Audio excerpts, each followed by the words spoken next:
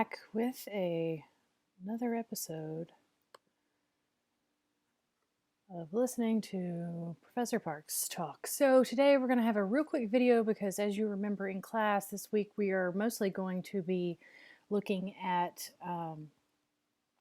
doing research. So don't forget, we're meeting in the computer lab, Pane 209 for class this week. But I'm just going to go over a little bit of information for you. I'll do this in class and for this and for your quiz. So here we go. So today we're really talking about documenting sources, making sure why it's important, and MLA documentation. We're going to go over that a little bit. Just a couple of announcements. Make sure that you are watching these videos for the days that you are in face-to-face class.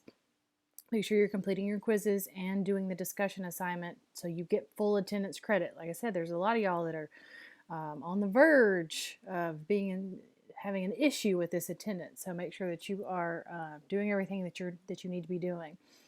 Also, you're going to turn in your literature review thesis statement to me next week. So make sure that you've already found those 3 sources. So this week, use that time wisely to find those 3 sources, because you're going to have already found them and kind of gone over them a little bit and understand what they say, so you can turn in that thesis statement to me next week. We'll talk about that a little bit more when we're in class. All right, so the importance of documenting your source material. So you're finding all these pieces of research, and why should you document it? Honestly, the main reason is the one at the end there, to avoid being accused of plagiarism. Even if you accidentally do it, if you are not documenting your sources in your written material, then that is considered plagiarism. You do not want to be accused of that, because that is an automatic 0 on that assignment. And if it happens more than once, then it's considered, I think you have to get a 0 for the class. So you definitely want to make sure that you are documenting as much as you can. So it allows the reader to follow up and learn more about the topic from your sources. So say, for example, you're writing your paper and you give me a quote from a source that sounds really interesting to me. I can use your in-text citation to go to your works cited page to find that source, and then I could go read that source for myself if I'm so inclined. And so that's one of the reasons, to give credit to others for their ideas. That's a main reason that anytime that you're using somebody else's words or ideas, you have to let me know, let the reader know that that's where those ideas and words came from. It also is to build your own reputation as a writer, to show that you are giving credit and that you are using analysis based on others' ideas, but you're taking it a step further, and you're analyzing and you're writing about those ideas and turning them into your own theses is something that's really important to develop as a writer. And again, like I said, just to avoid being accused of plagiarism. So we're talking about citing sources in your paper. If somebody else wrote it, said it, drew it, demonstrated it, or otherwise expressed it, you need to cite it. So if it came from anywhere else, you have got to put a citation in there. The exception to this statement is common widespread knowledge, but if you're ever in doubt, go ahead and document the material. So if it's something that everybody knows, that the Declaration of Independence was signed in 1776, like something like that, that's something that everybody knows. You don't necessarily have to cite that, but if it's anything, if you're not really sure if you need to cite it, just go ahead and do it. Don't just plop a quote or paraphrase or summary into your paper without some sort of introduction. So I just don't want to see the beginning and the end of a sentence be quotation marks where you've just popped in a quote and you don't tell me where it came from or give me any information about it. So make sure that you kind of give me a signaling phrase, and we'll talk about that in just a second. Trying to say, like, according to blah blah blah author and the article blah blah blah title, and then give me a quote or give me a paraphrase there, so I know where that information is coming from. And then once you give me that quote, paraphrase, or summary, always follow that up with a parenthetical or an in-text citation. You can call it either way, parenthetical or in-text. Every source reference in your paper should have a corresponding entry on your works cited page. So if you have a citation in your paper with a quote, paraphrase, summary, then I need to have that particular source listed on your works cited page. It has to be in both places. So here are just a few examples when we're talking about those signaling phrases. The author named in the introduction to the paraphrase or quote. So in this case, Jacob Leibowitz found that low-carb low carbohydrate diets often help students with type 2 diabetes maintain a healthy weight and and control blood sugar. So there we've got, we know who is writing it there, and now we've got a page number. And then again, it continues on with the guide. Once you start, once you refer to the writer, do it one time, use their whole name. After that, always use their last name. Don't use their first name. A lot of people do that where they would say, Jacob says. It's like, is that a personal friend of yours? Why are you referring to them by their first name? Use their last name. And then here we've got another, so they've got an actual quote from it. And then again, we've got the page number. And you notice that the page number, the in-text citation in general, is going to go outside the quotations, but before the period. So it should be part of the sentence that you're citing, but it should be outside the quotation marks. So you could also, if you wanted to skip saying the author's name when you're starting to write your signaling phrase, you could put it in the parentheses. So in this case, it says, one source indicates that low carbohydrate diets often help students with type 2 diabetes maintain a healthy weight and control blood sugar. So that's the same thing. We just took the guy's name out of it here. So we put it in your in-text citation. So make sure that you've got, I want to know at least like within each one of these that who's writing it and where you found that information, hopefully a page number. If not, you may have to put the title of the article or the date or something like that. In the case of an unknown author, this, you can see they've got one website points out. So now we know there's a signaling phrase there that's from a website, and then it gives the information. And then in the in-text citation, we've got the title of the article. So in this case, they didn't have a page number, they didn't have an author's name, but they gave me some sort of information so I know where to look on that works cited page. If you don't know a page reference, a lot of times you have issues with that if you're looking at a web page, that kind of thing.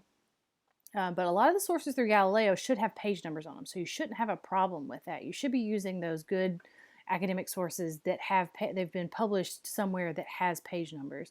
But in this case, again, there's not a page number, but we have listed the author of it, and then goes on to say this is the actual guy's name, of course. But although there should be another citation here, in my opinion. So a source quoted in another source. So in other words, one source writing about another source. Say, for example, you're writing a paper about Jane Austen novels, I mentioned this before, and then you're reading some literary criticism that quotes from those novels. Now, in my opinion, you should just quote, if you're going to use a quote from the, about the novel, then you need to quote directly from that novel. But if you're using a source that's quoted in another source, so they're saying like, they're referring to someone, kind of like what you're doing, but where you're referring to what someone else says and then building on it.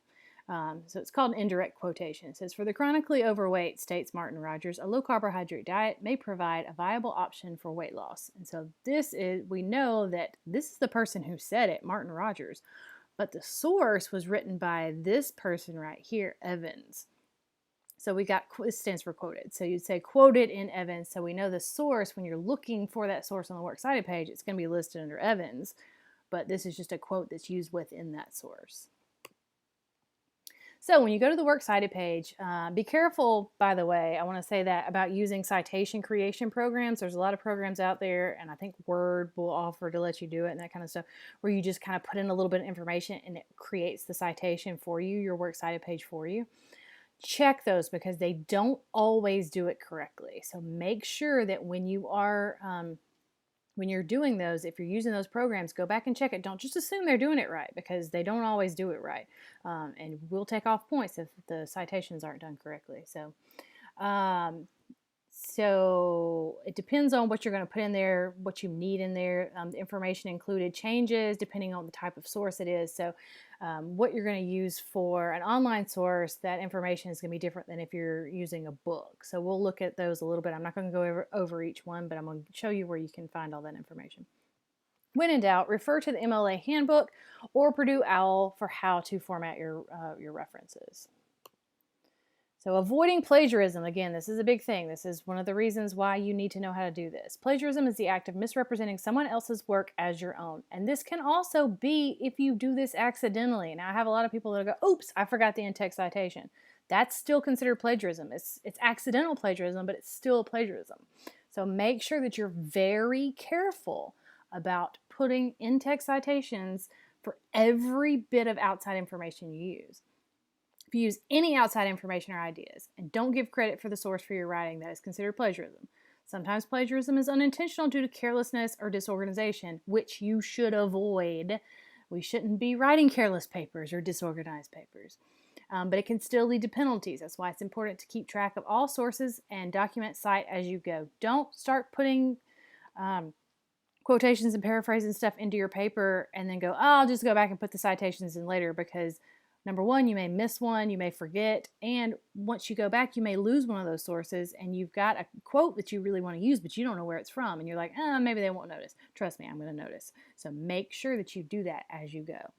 The penalties for plagiarism are severe and can include failing the assignment or the course and possible referral for conduct violation penalties through the university.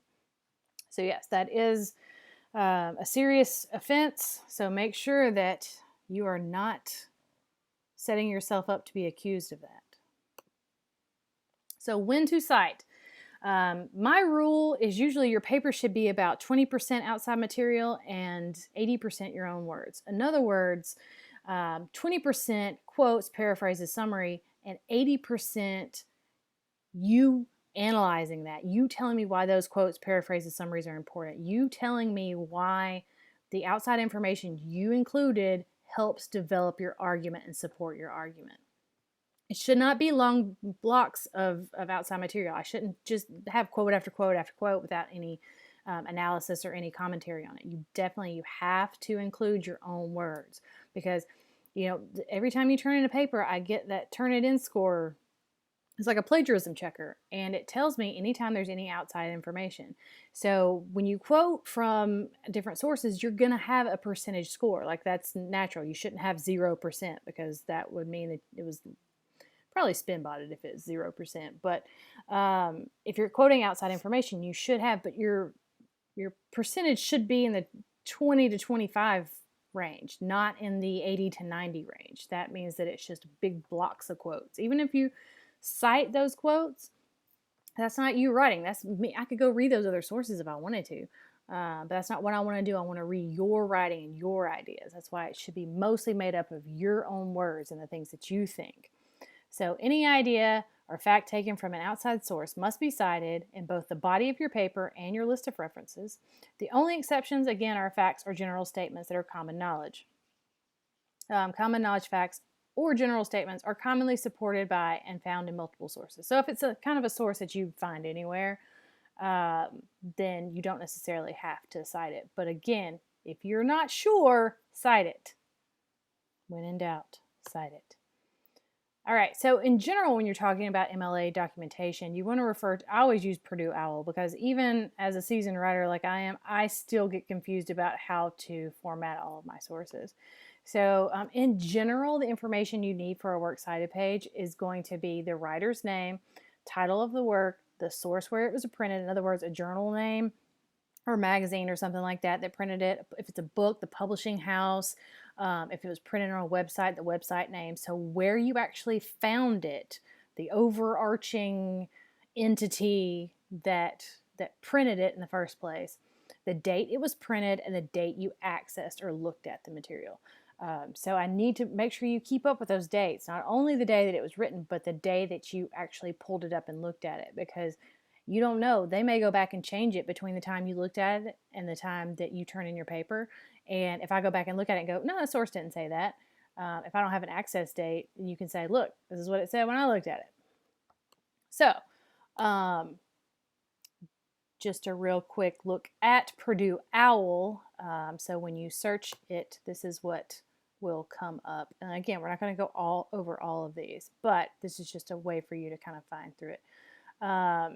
MLA guide, go to this guy. There's a lot of different, they have different styles. The Chicago style, which to me is a pizza, but whatever. APA style, that kind of thing. And make sure you click on the MLA formatting and style guide. And this is going to tell you how to format your paper, some general guidelines. We've already gone over those in class. These are what you're going to be looking at now. These works cited page Your basic format for your works cited page, we discussed this a little bit.